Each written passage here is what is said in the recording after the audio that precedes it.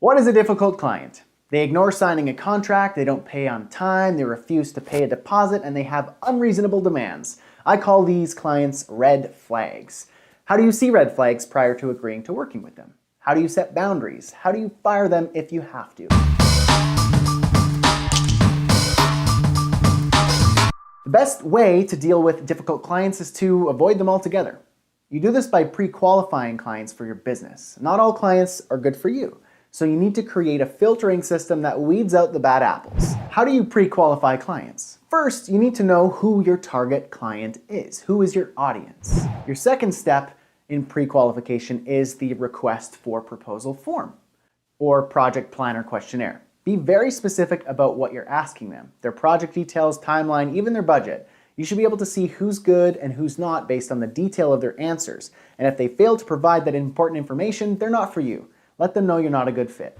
Third, booking a consultation. It could be free, paid, or a road mapping session. If they're willing to jump on a call or even pay you a small fee to flesh out the project a bit first, then you're on the right track. Fourth, pricing. If your price is low, you're going to attract more lower quality clients. If you price high, you'll filter a lot of them out.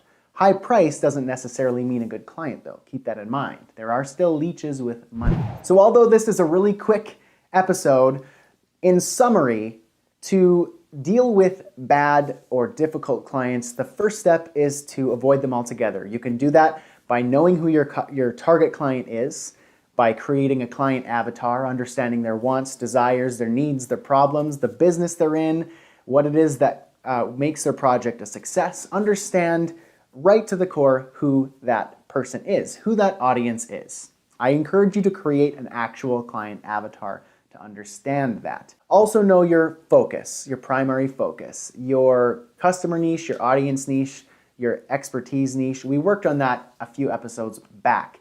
So understand your client and your niche. That's going to help you zero in on the type of client that is going to work for your business. The other thing is the request for proposal form. We talked about that in our onboarding lesson that we just had recently.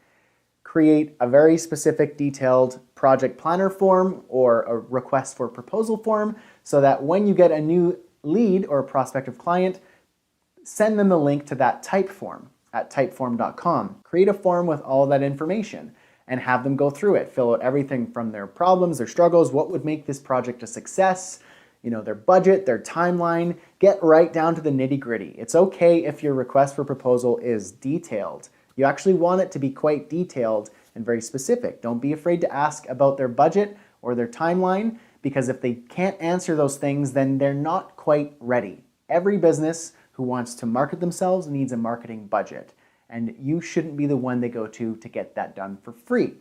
So those are your two main steps. And then also using your gut. If you feel this person isn't good for you, you jump on a call with them after the RFP form is filled out, and you don't like their energy. Maybe you guys don't mesh. Maybe it's not the type of person you wanted to work with. Maybe they said a few offensive things. Use your gut. It's up to you if you want to work with them. They're not doing you a favor. You are doing them a service. You are serving them. You are helping them get results. You're the professional, so keep that in mind. You don't have to take on everyone. So in order to deal with difficult clients, avoid them, create a system to filter them out, and use your gut.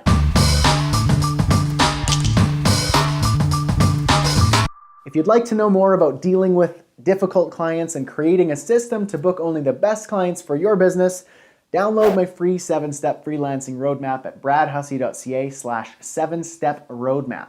Make sure you subscribe so you don't miss next week's episode, which will be all about portfolios. What should you include? How should you design it? What do I add if I have no experience? Should I use WordPress? There's so many questions. Thanks for watching. I appreciate you. Catch you in the next video.